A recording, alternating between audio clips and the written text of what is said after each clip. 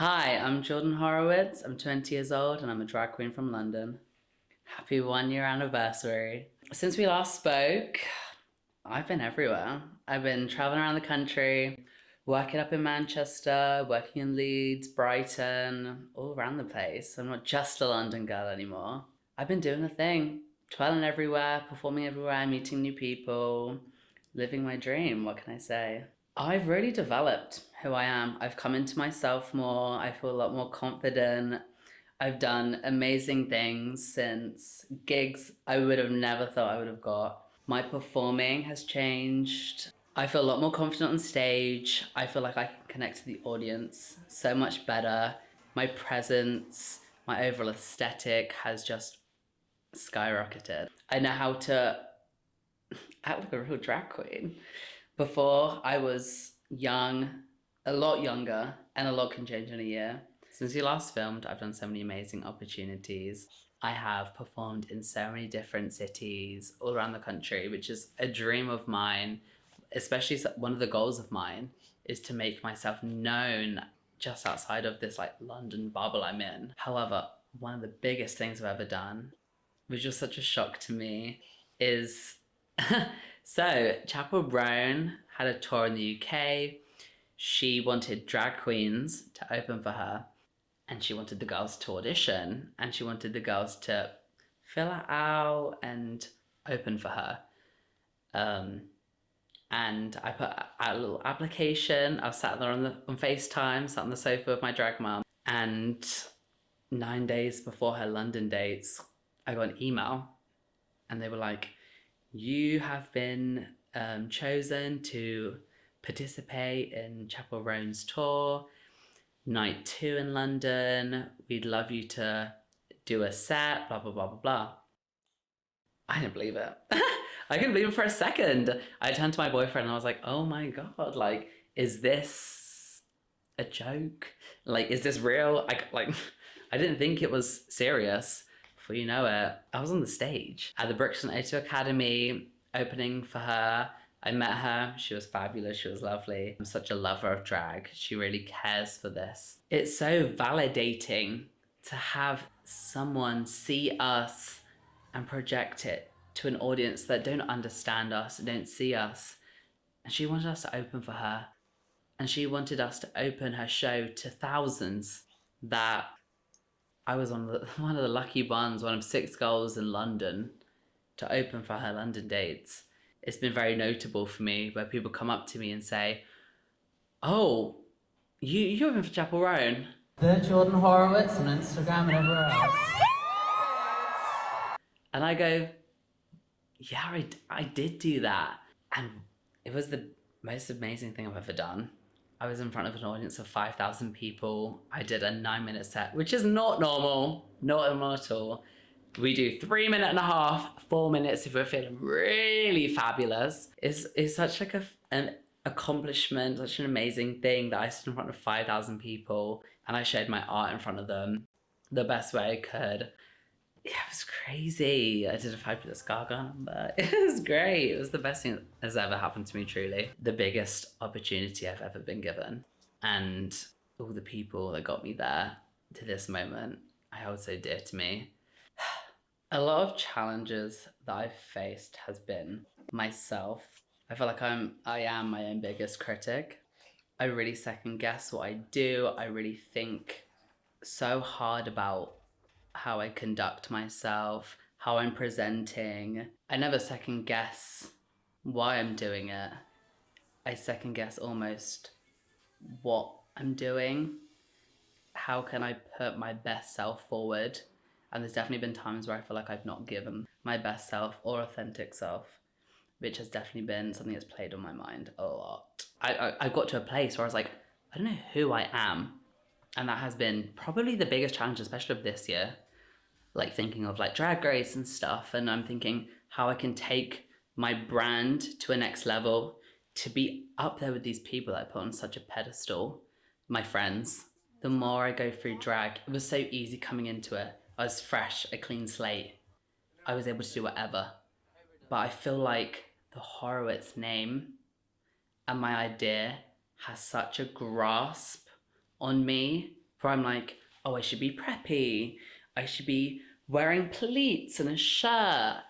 Very much like my visual that people resonate, oh, that's Jordan, is in the yellow tartan. I have a shirt. It's an iconic look. I don't know how I get that look and push it further, where I make it more me.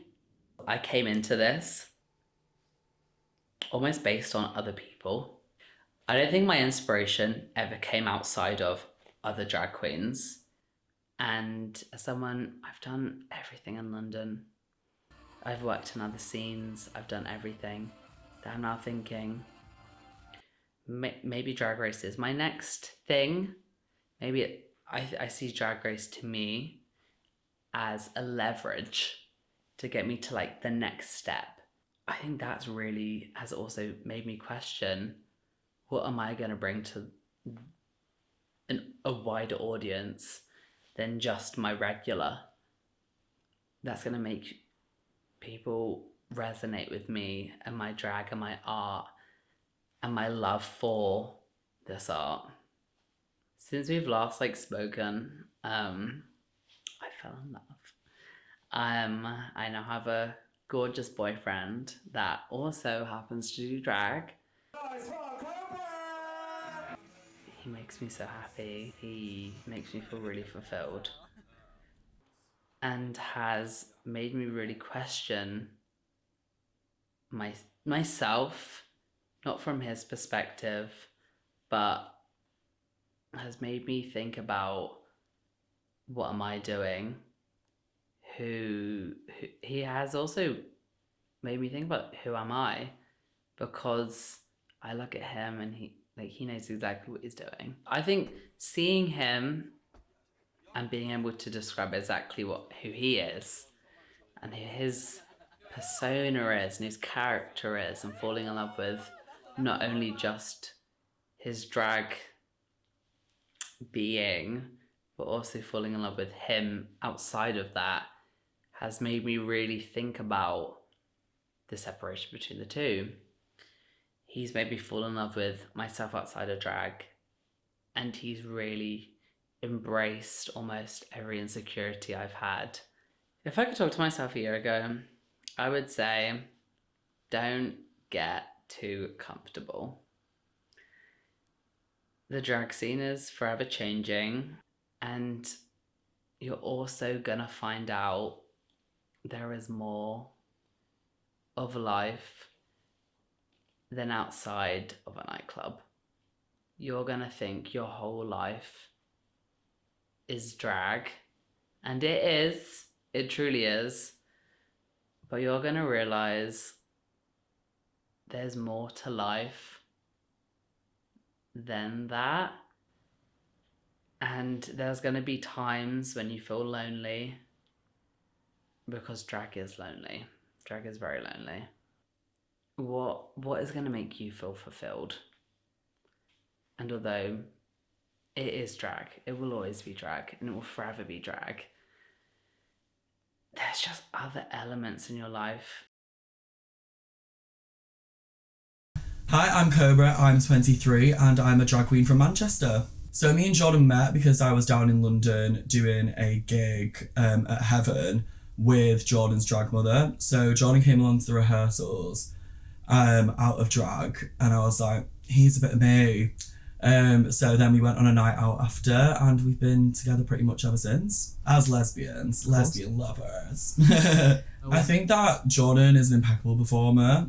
She's gonna love me saying this while she's in the other room. I think Jordan's an impeccable performer. I think that watching her grow over the past 10 months that we've been together, you can just see the confidence and the way she moves. It's just always improving every time I see her. I think that a lot of drag queens struggle with imposter syndrome, and I feel like you are always your own biggest critic. So you're always comparing yourself to the girls you work with, to other queens, and I think that sometimes you need moments that ground you to remember actually you are good at what you do and you love what you do and you are your own entity.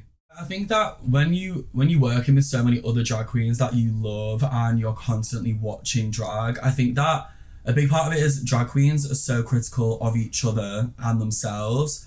So you can go on stage and you can think, God, that number was like a pile of shit. It was a pile of shit and God, I fucking hate myself. And then you go into the audience and you see the people who watch the show and they're like, oh my God, that was amazing. That was the best thing ever. And you're like, really?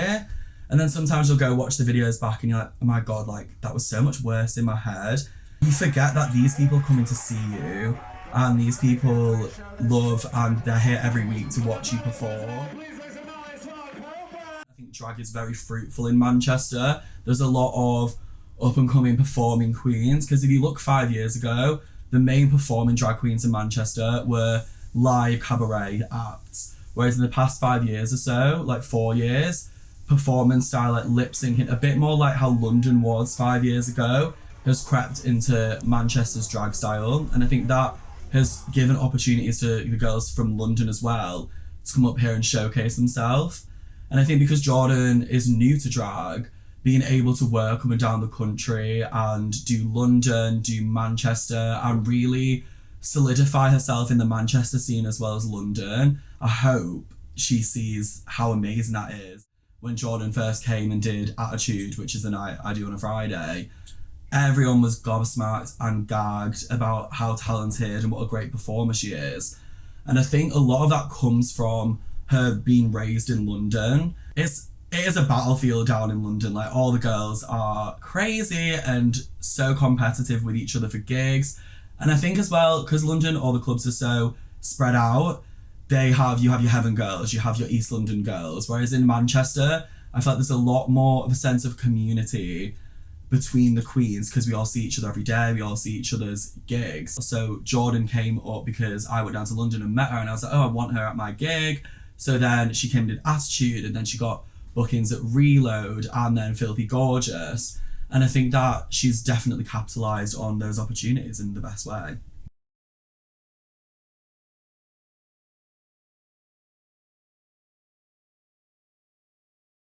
Tonight we're in Manchester because I've been booked for a show at the New Union Hotel, for a show called Reload, where me and 3 other girls are going to do like 3 numbers and entertain crowds. I'm feeling very underprepared. I've been rushing to get ready because I left it far too late and I had not a clue about what song I was going to do, but that's the power of drag. You look gorge! I don't want to do it today. No, it's like smoky. It's like really nice on you. I'm on the show. I originally had Velcro on here, but I changed it to poppers because a drag queen I really like said wearing Velcro is tacky, and I couldn't have agreed more. So now we have poppers, and it's gonna make for like a nicer reveal. Because if you're not ripping your skirt off, you're not being a slut. This is the real life of a drag queen, bitch. Bold and depressed in a sweater. Welcome. I'm doing this in a thigh high, but in my head it makes sense because when I reveal the skirt, it's like, it's gonna look so right. Yeah, I agree. I'm not fucking around because every time I do this gig, You my always shoe have a comes shoe off. come off. Yeah. Do you know what I'm doing? I'm doing this to excess. Yeah. That. Wait, who's late? You were always late. No, I'm not gonna be late. All the time, you're just always late. We're leaving in about 5 minutes. We're gonna be there for 12. Yeah. Which isn't bad, is it? No, it's fine. Still be like a... Oh! Was it? Okay, we need to practice, hold on. I keep... Maybe I just need to grab the flower and rip it off. Ugh. Looks really close to me, isn't it? The body's not sick.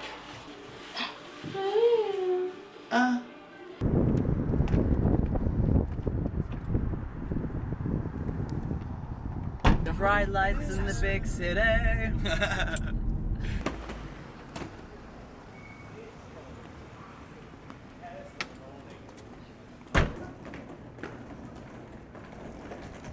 Your makeup's really nice, alright? It says yours over there. But yours is always really nice. It's one of our older numbers. You mean lip with a lip star? Or do you want this? That smells like That's Yeah, what the fuck they say with that, the yellow?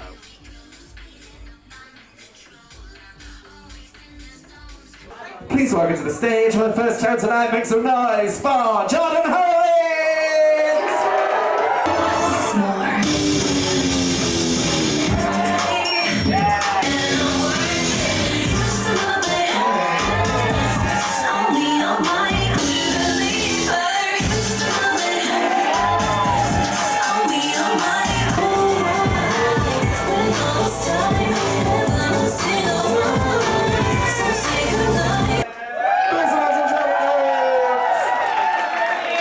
We just finished our first number and it was quite sickening. Give it 12 with the hair around a bit, the wig stayed on, thank God. Yeah, on to the next. I'm ready, raring up to go. The person's out the way, which is always like the most stressful. It makes me a bit nervous, but it's over now. On to the next. I thought it was alright. It's the first time. So tonight I'm doing all songs I've performed before, so we're gonna see how they go, and you're gonna find out when I find out. Oh girl, we have to change outfits every number because it keeps it fresh. No one wants to see an outfit repeater, and the outfits help embody the song, give the essence.